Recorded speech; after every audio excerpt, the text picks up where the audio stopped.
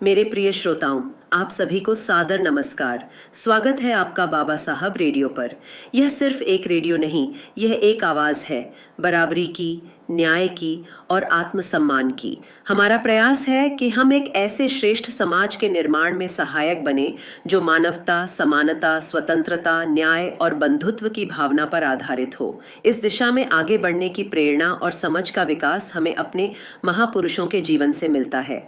और इसी कड़ी में आज हम एक ऐसे शख्स की बात कर रहे हैं जिसने कांशीराम को अंबेडकर पढ़ाया, जिसने एक सिक्योर सरकारी नौकरी छोड़ दी आंदोलन के लिए, और जिसने कहा हमें बड़े नेता नहीं चाहिए, हमें सोचने वाले कार्यकर्ता बनाने हैं। ये नाम है D.K. खापड़े। बहुजन आंदोलन से बहुत गहराई से जुड़ा हुआ नाम, लेकिन शायद थोड़ा पर्दे के पीछे का चेहरा, जिसे उतना क्रेडिट नहीं मिला, कह सकते हैं। हमारे पास स्रोत के तौर पर D.K. खापड़े पर आधारित एक ऑडियो बुक के कुछ अंश हैं। ये उनके जीवन, उनके विचारों पर काफी रोशनी डालते हैं। तो आज हमारा मिशन है ये समझना कि भाई खापड़े को बहुजन विचारधारा का शिल्पकार या आर्किटेक्ट क्यों कहते हैं। कैसे उन्होंने एक आपका ये इमोशनल लहर को एक ठोस वैचारिक संगठन में बदला, और बाबा साहेब अंबेडकर के मिशन को आगे बढ़ाने में उनका रोल क्या था। चलिए शुरू करते हैं ये पड़ताल। ये वाकई एक बहुत जरूरी बात है। देखिए, कांशीराम जी का नाम, उनका काम वो तो सब जानते हैं, लेकिन उनके साथ कंधे से कंधा मिलाकर, बल्कि कई मायनों में तो उन्हें वैचारिक दिशा देकर जमीन तैयार करने वाले खापड़े जी का जो योगदान है, उसको समझना मतलब उस पूरे आंदोलन की जड़ों को समझना है।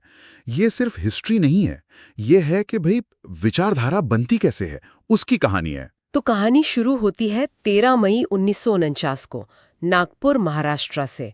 वही नागपुर जिसे बाबा साहेब अंबेडकर की कर्मभूमि मानते हैं हम सब। खापड़े का जन्म एक साधारण परिवार में हुआ था। आर्थिक तंगी थी, लेकिन जैसा अक्सर होता है, ज्ञान की प्यास बहुत तेज थी। क्या ये माहौल कि वो नागपुर में पैदा हुए, बाबा साहेब की कर्मभूमि में, उनके शुरुआती जीवन पर कोई खास असर डाल रहा था? हाँ बिल्कुल, निश्चित रूप से। आप सोचिए, नागपुर उस समय अंबेडकरवादी चेतना का एक बड़ा गढ़ था, दीक्षा भूमि वही है। तो उस माहौल में बड़े होना, सामाजिक भेदभाव को इतने करीब से देखना, और साथ ही उसके खिलाफ जो आवाजें उठ रही थी उन्हें सुनना, ये सब मिलकर एक युवा मन पर बहुत गहरा असर डालते हैं। उनकी जो साधारण पृष्ठभूमि थी, उसने उन्हें जमीनी हकीकत से जोड़ा, और शायद यही वजह है कि उनमें बचपन से ही ये सवाल उठने लगे थे कि भाई ये असमानता क्यों है, अन्याय क्यों है। और एक दिलचस्प बात यह भी है कि उन्होंने हायर एजुकेशन के लिए साइंस को चुना।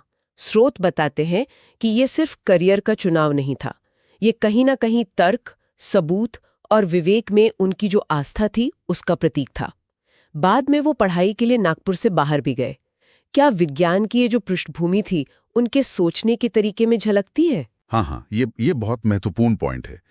देखिए, साइंस आपको क्या सिखाता है? क्यों पूछना, सबूतों के आधार पर निष्कर्ष निकालना, है ना, भावनाओं से थोड़ा हटकर विश्लेषण करना।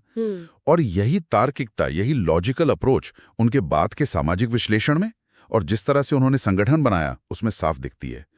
वो सिर्फ ये नहीं देखते थे कि समाज पिछड़ा है, वो पूछते थे क्यों पिछड़ा है भाई, इसके स्ट्रक्चरल कारण क्या हैं, और इसे बदलने का साइंटिफिक, एक सिस्टमैटिक तरीका क्या हो सकता है। तो बाबा साहेब के आंदोलन का असर और अपनी ये वैज्ञानिक सोच, शायद इसी के मेल ने उन्हें समझाया कि दलित बहुजन समाज को सिर्फ इमोशनल एकजुटता नहीं चाहिए, बल्कि एक ठोस विचार आधारित संगठन चाहिए। अच्छा, फिर पढ़ाई के बाद उनका अगला पड़ाव आया पुणे। यहाँ उन्हें DRDO मतलब रक्षा अनुसंधान और विकास संगठन की एक लैब ERDL में साइंटिस्ट की नौकरी मिली। एक सुरक्षित, अच्छी सरकारी नौकरी।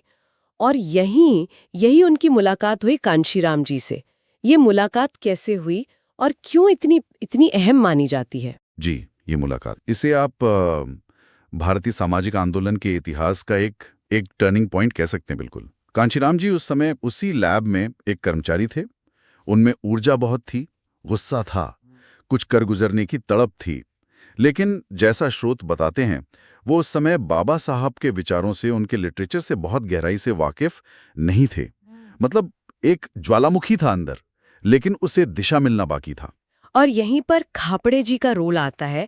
उन्होंने कांशीराम जी से लंबी वैचारिक बहसें की, उन्हें बाबा साहेब का लिटरेचर पढ़ने के लिए मोटिवेट किया, खासकर बाबा साहेब की वो किताब जिसने अनगिनत लोगों को झकझोरा है, एनाइलेशन ऑफ कास्ट, जाति प्रथा का विनाश।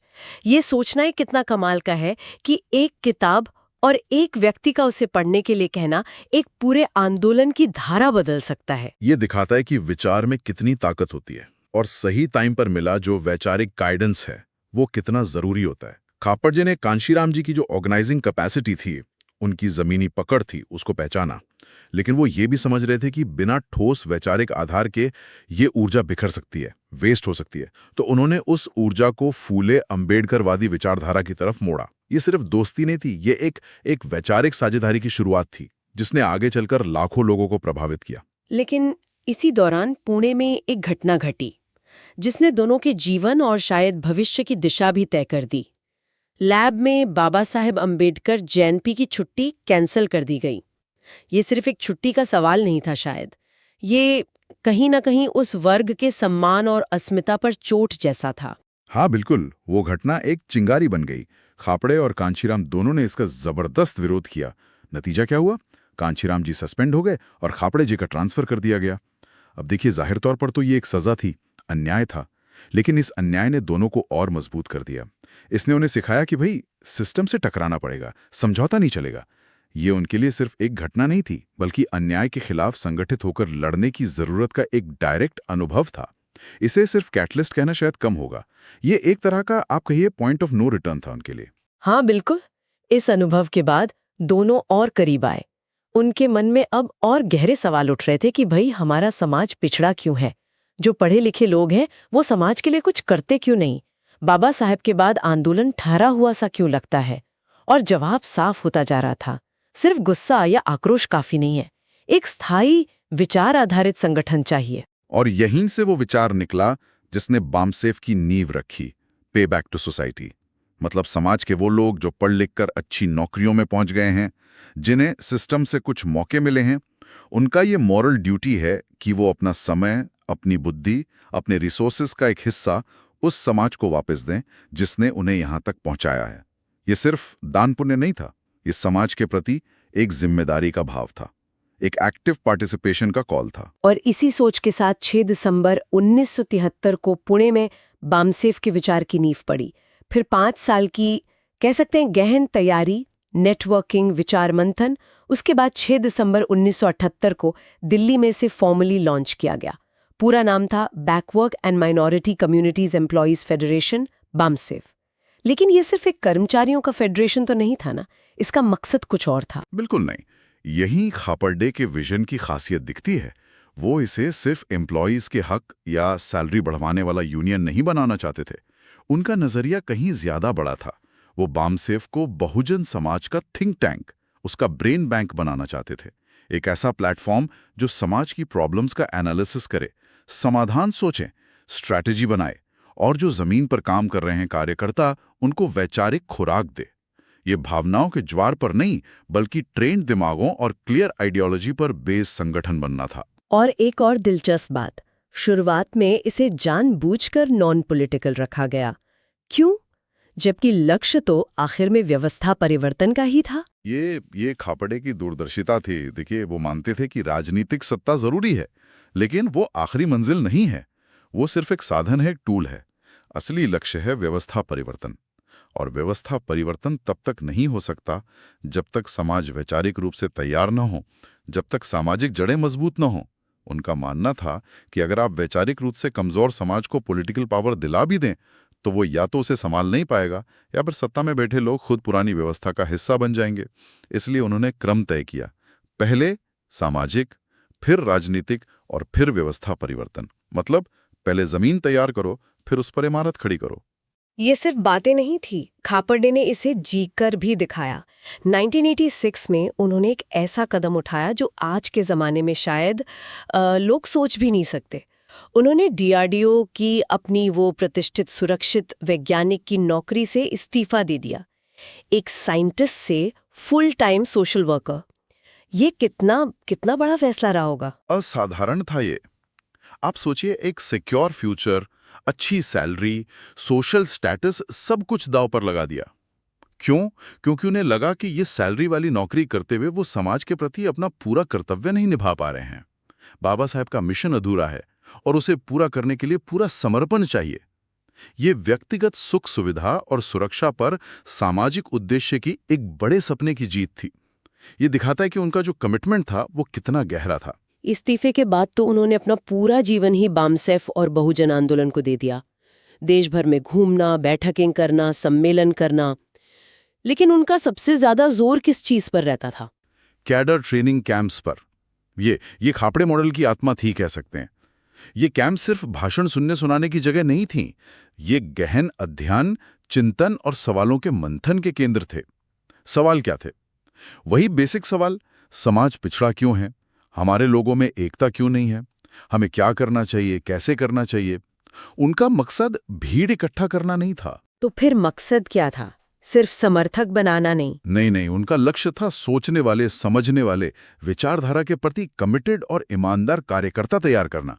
जैसा कि स्रोत में उनका वो फेमस कोट है, नेता पैदा करने से कुछ नहीं होगा, हमें कार्यकर्ता तैयार करने हैं। वो जानते थे कि आंदोलन का असली आधार ये ट्रेंड वैचारिक रूप से क्लियर कार्यकर्ता होंगे, ना कि कोई करिश्माई नेता। नेता तो आते जाते रहेंगे, लेकिन विचारधारा और उसे जमीन पर लागू करने वाले कार्यकर्ता ही आंदोलन को जिंदा रखेंगे। उनके नेतृत्व में बामसेफ सिर्फ महाराष्ट्र या दिल्ली तक ही नहीं रहा, कई राज्यों में फैला। इसीलिए शायद उन्हें आंदोलन की आत्मा या चाणक्य भी कहा जाता है। उन्होंने लगातार इस बात पर जोर दिया कि भाई पॉलिटिकल पावर अपने आप में लक्ष्य नहीं है। हाँ, ये उनकी सोच का सेंट्रल पॉइंट था। सत्ता सिर्फ एक पड़ाव है, एक जरूरी टूल है, लेकिन आखिरी मंजिल है व्यवस्था परिवर्तन।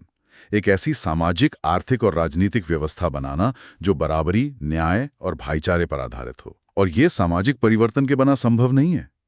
उनका तर्क सीधा था, अगर विचार वही पुराने रहेंगे, सोच वही जातिवादी या स्टेटस को वाली रहेगी, तो सत्ता में हमारा अपना आदमी भी पहुंचकर करेगा क्या? वो भी जाने अनजाने उसी ब्राह्मणवादी या शोषक व्यवस्था के एजेंडे को ही आगे बढ़ाएगा।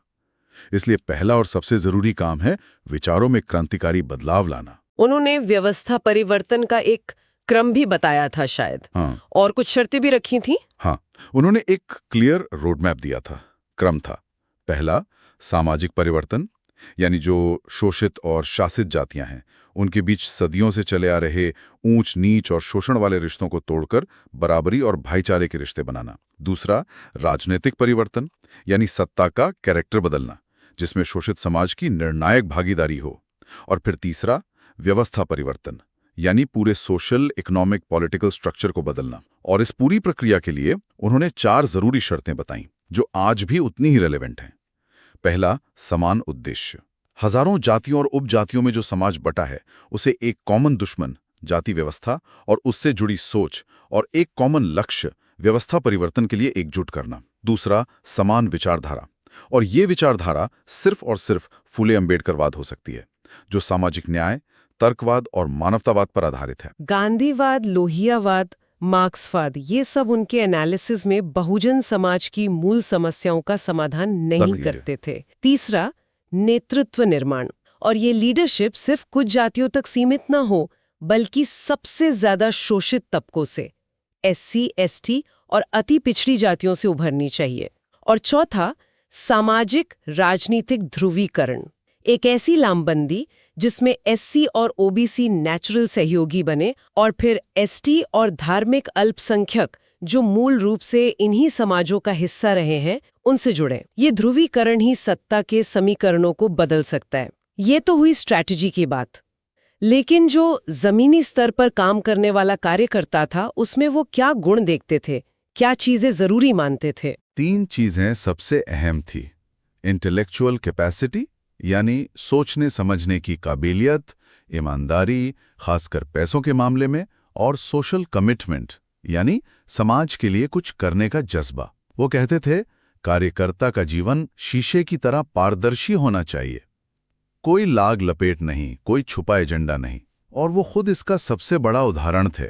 उनमें पर्सनल एम्बिशन जरा भी नहीं था। हमेशा लायक कार्यकर्ताओं को आगे बढ़ाया, खुद पीछे रहे और आखिर तक खुद को एक कार्यकर्ता ही मानते रहे। उनका वो कथन कि बिना विचारधारा का नेता अंततः बेईमान हो जाएगा, ये तो मतलब एक यूनिवर्सल ट्रुथ जैसा लगता है ना। हाँ बिल्कुल। जब आपके पास समाज को बदलने का कोई क्लियर नक्शा यानी विचारधारा नहीं होता, तो राजनीति सिर्फ पर्सनल गेन या सत्ता बचाने का खेल बनकर रह जाती है। इतिहास गवाह है, विचारधारा से भटके हुए कई आंदोलन और नेता आखिर में उसी सिस्टम में घुल मिल गए जिससे वो बदलने निकले थे। खापड़े जी ने बाबा साहब के उस नारे को शिक्षित बनो, संगठित हो, संघर्ष करो को कैसे अपनाया? क्या सिर्फ दोहराया या उसे कोई नई दिशा दी? उन्होंने इसे सिर्फ दोहराया नहीं, इसे जिया और इसे एक एक्शन प्लान में बदला। शिक्षित बनो का मतलब उनके लिए सिर्फ डिग्री लेना नहीं था। इसका मतलब था बाबा साहब के लिटरेचर और विचारों को गहराई से पढ़ना, समझना, उसका एनालिसिस करना, चाहे वो एनालिसिस ऑफ कॉस्ट हो, स्टेट्स एंड माइनॉरिटीज हो, या बुद्धा एंड हिज धम्मा। उन्होंने इन ग्रंथों को सिर्फ पूजा की वस्तु नहीं बनाया, बल्कि उन्हें आंदोलन की कार्य योजना में बदल दिया। संगठित हो का मतलब था बामसेफ जैसे वैचारिक संगठन का निर्माण करना, जो सिर्फ भीड़ ना हो बल्कि ट्रेंड कार्यकर्ताओं का समूह हो। और संघर्ष करो का मतलब था उस विचारधारा के आधार पर सामाजिक और राजनीतिक बदलाव के लिए लगातार कोशिश करना। उन्होंने अंबेडकर के विचारों को लाइब्रेरी की धूल फाकने से बचाया और उन्हें जमीनी कार्यकर्ताओं के लिए एक हथियार, एक टूल बनाया। बामसेफ को उन्होंने एक चलते फिरते वैचारिक विश्वविद्यालय जैसा बना दिया था, जहां कार्यकर्ता तर्क करना, बहस करना और सिद्धांत को प्रैक्टिस में उतारना सीखते थे। ये सब करने के दौरान उनका अपना जीवन कैसा था? क्या पर्सनल स्ट्रगल्स भी थे? जाहिर रहे होंगे। हाँ बिल्कुल, ये रास्ता फूलों का तो नहीं था। स्रोत बताते हैं कि उनका जीवन बहुत संघर्ष भरा था। एक तरफ परिवार की जिम्मेदारियां, दूसरी तरफ 24 घंटे आंदोलन का काम, लगातार यात्राएं, मीलों का सफर, कार्यकर्ताओं से मिलना, कैंप चलाना। शरीर पर इसका असर पड़ना तो नेचुरल था। स्वास्थ्य की चुनौतियां आई, बीमारियां भी हुईं, लेकिन काम रुका नहीं। परिवार से दूरी रही क्योंकि उन्होंने एक तरह से पूरे समाज को ही अपना परिवार मान लिया था। लेकिन इसके बावजूद उनमें एक मानवीय पक्ष था। वो कार्यकर्ताओं की पर्सनल प्रॉब्लम्स को भी सुनते थे, उनका मार्गदर्शन करते थे, उनके साथ एक परिवार जैसा रिश्ता रखते थे। उनका जीवन त्याग, तपस्या और एक अटूट कमिटमेंट का प्रतीक है। ये हमें याद दिलाता है कि बड़े सामाजिक बदलावों के लिए पर्सनल लेवल पर कितनी बड़ी कीमत चुकानी पड़ती है और कितना गहरा समर्पण चाहिए होता है। 29 फरवरी 2000 को पुणे में डीके खापड़े नहीं रहे, लेकिन वो अपने पीछे क्या छोड़ गए? उनकी विरासत क्या है? क्या है वो चीजें? देखिए, उनकी विरासत कोई इमारतें या स्मारक नहीं है। हालांकि उनके नाम पर स्मृति ट्रस्ट भी बना। उनकी असली विरासत है वो विचार जिसे उन्होंने स्थापित किया कि आइडियोलॉजी ही आंदोलन की रीढ़ है। उनकी विरासत है कार्यकर्ताओं के ट्रेनिंग का वो मॉडल जो सिर्फ नारे लगाना नहीं, सोचना सिखाता है। उनकी विरासत है वो हजारों ट्रेंड कार्यकर्ता जो आज भी फूले अंबेडकरवादी नजरिए से समाज को देखते हैं और बदलने की कोशिश करते हैं। उनकी विरासत है पे बैक टू सोसाइटी की वो अवधारणा जो पढ़े लिखे तबके को उसकी सामाजिक जिम्मेदारी याद दिलाती है। और सबसे बढ़कर उनकी विरासत है ये सोच कि संगठन व्यक्ति से बड़ा होता है और आंदोलन को टिकाऊ बनाने के लिए कलेक्टिव लीडरशिप जरूरी है। तो अगर हम खापरे जी के जीवन से कुछ मुख्य बातें, कुछ टेक अवेज निकालना चाहें तो वो क्या होंगी? मेरे हिसाब से 3 बातें सबसे अहम हैं। पहली, विचारधारा सबसे ऊपर है। बिना क्लियर वैचारिक आधार के कोई भी सामाजिक आंदोलन दिशाहीन हो सकता है, भटक सकता है। दूसरी, कार्यकर्ता की ईमानदारी और पारदर्शिता। आंदोलन की जो क्रेडिबिलिटी है वो इसी पर टिकी होती है। और तीसरी, संगठन व्यक्ति से बड़ा है। लीडरशिप महत्वपूर्ण है, लेकिन आंदोलन किसी एक व्यक्ति पर निर्भर नहीं होना चाहिए, उसे संस्थागत और सामूहिक होना चाहिए। ये सीखें आज के समय में कितनी प्रासंगिक लगती हैं। आज जब राजनीति अक्सर event management, social media, narrative और पर्सनल ब्रांडिंग के इर्द गिर्द घूमती दिखती है, शायद आज ये सीखें पहले से भी ज्यादा रिलेवेंट हैं। आज के इस कह लीजिए शोर शराबे और इंस्टेंट रिजल्ट्स के प्रेशर वाले माहौल में खापड़े का काम हमें याद दिलाता है कि गहरी वैचारिक नींव, जमीनी स्तर पर कार्यकर्ताओं का निर्माण और ईमानदारी का कोई सब्स्टिट्यूट नहीं है। शायद ये धीमा रास्ता लगे, लेकिन स्थायी सामाजिक परिवर्तन के लिए यही रास्ता टिकाऊ है। उनका पूरा जीवन एक ही संकल्प का प्रतिबिंब था, आने वाली पीढ़ियों के लिए एक ज्यादा न्यायपूर्ण, समान और आत्मसम्मान वाला समाज बनाना। तो संक्षेप में कहें, डीके खापड़े बहुजन आंदोलन के वो नींव के पत्थर थे। वो विचारक और रणनीतिकार थे जिन्होंने बाबा साहेब अम्बेडकर के मिशन को जमीनी हकीकत में बदला, उसे एक संगठनात्मक ढांचा और एक स्पष्ट वैचारिक दिशा दी। एक कह सकते हैं गुमनाम नायक जिनका योगदान उनके नाम से कहीं ज्यादा बड़ा है। हाँ, उनकी मुख्य देन है विचार को संगठन का आधार बनाना, कार्यकर्ताओं के गहन प्रशिक्षण पर जबरदस्त जोर देना और शिक्षित वर्ग में पे बैक टू सोसाइटी के जरिए सामाजिक जिम्मेदारी की भावना जगाना। बिल्कुल। और अब श्रोताओं के लिए एक अंतिम विचार। खापर्डे ने सामाजिक और वैचारिक जमीन तैयार करने को राजनीतिक सत्ता हासिल करने से ज्यादा प्राथमिकता दी। उनका मॉडल था, पहले जड़ें मजबूत करो, फिर फल की चिंता करो। आज के इस तेज रफ्तार वाले राजनीतिक युग में जहां सब कुछ तुरंत चाहिए, क्या खापर्डे का ये धीरज और वैचारिक गहराई वाला मॉडल कि पहले सामाजिक नींव फिर राजनीतिक इमारत, क्या ये अभी भी प्रासंगिक है या ये आज की राजनीति के लिए बहुत धीमा और अव्यवहारिक है? ये एक ऐसा सवाल है जिस पर आज के हर सामाजिक और राजनीतिक कार्यकर्ता को या जो भी समाज में बदलाव लाना चाहता है उसे गंभीरता से सोचने की जरूरत है। इसी सवाल के साथ आज की इस गहन चर्चा में शामिल होने के लिए आप सभी का धन्यवाद। यदि आपको यह प्रेरक ऑडियो बुक पसंद आई हो तो चैनल को लाइक, सब्सक्राइब और शेयर करें। अपने कमेंट के माध्यम से अपनी प्रतिक्रिया अवश्य दें। यही आपका समर्थन होगा इस कारवां को आगे बढ़ाने का। हम और आप मिलकर ही बाबा साहब के कारवां को आगे बढ़ा सकेंगे, एक श्रेष्ठ राष्ट्र के निर्माण में सहायक हो सकेंगे। प्रिय श्रोताओं, आज की इस यात्रा को यहीं विराम देते हैं। तो मिलते हैं अगली बार बाबा साहब रेडियो पर। तब तक के लिए जय बाबा साहब, जय मानवता, जय भारत।